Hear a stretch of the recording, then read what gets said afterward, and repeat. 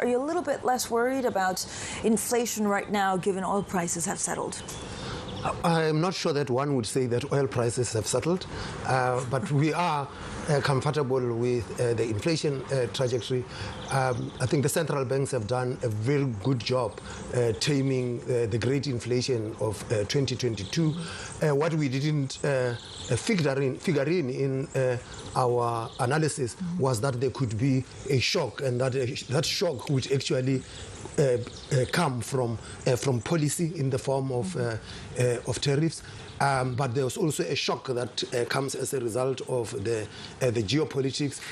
You said that the oil price has settled. It had been all over in the past few weeks. Yeah, you're right. I mean, I guess the ceasefire between Iran and Israel means that there was a little bit of comfort in the markets that we wouldn't see the spikes that we feared in those couple of days where there was a real flare-up. Governor, can you tell us what this means for a possible rate cut in July?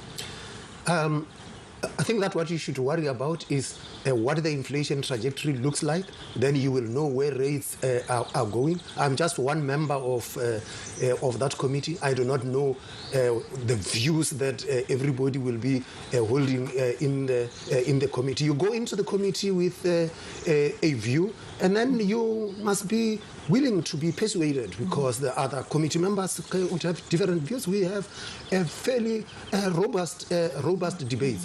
What we have had so far has been that inflation has been contained at the lower end of our inflation target range, and this actually has given us an opportunity of what central bankers call opportunistic disinflation, which means that you use a low inflation environment to anchor inflation expectations at that level. But Governor, for you personally, do you think there's scope to cut next month?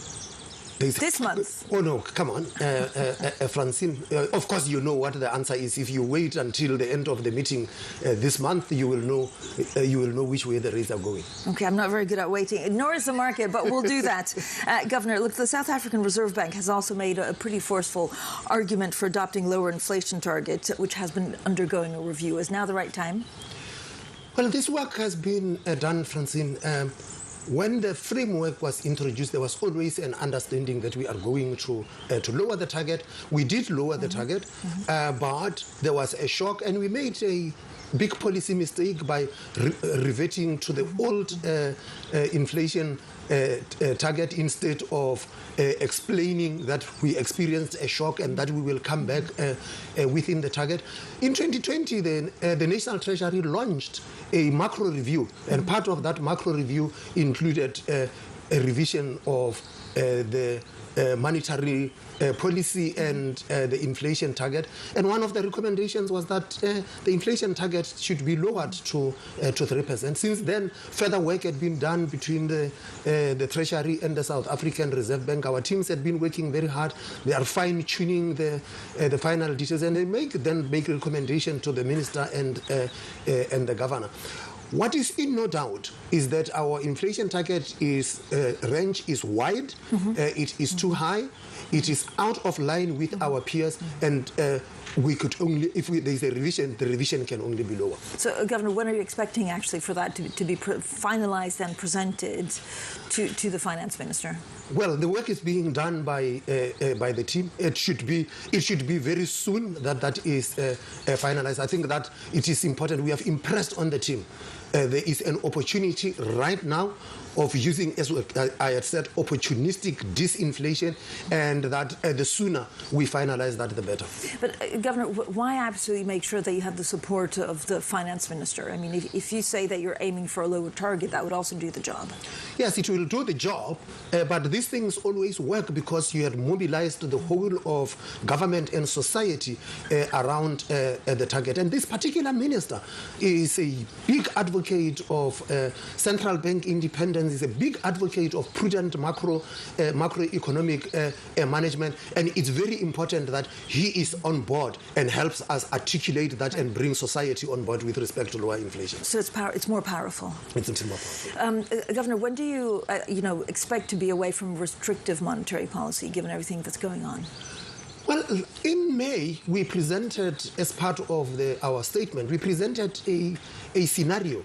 And that scenario included what the policy trajectory would look like under a lower inflation target, and it actually shows that we would be able to have lower nominal rates as a result of the lowering of the target, and so there would then thus be a benefit. I think that as it stands now, where we are with policy is broadly in line with a neutral. We are actually fairly close.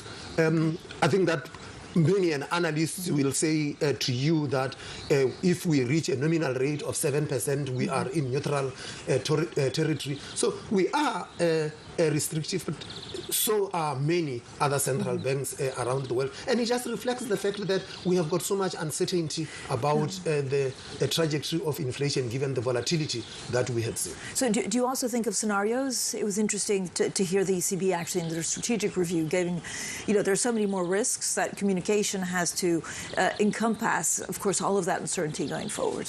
Yes, scenarios are useful, but they bring with them a big communication challenge because the public might look at a scenario, and if it is a scenario that they find attractive, they almost like say, so why don't you do things so that that scenario plays out? But for us as policymakers, the scenario just helps us say to society, to the public, that here is our baseline, but this baseline could have risks, and if the risks materialize, this is how we think the outlook or the future trajectory would look like, and it is a very powerful communication if appropriately used.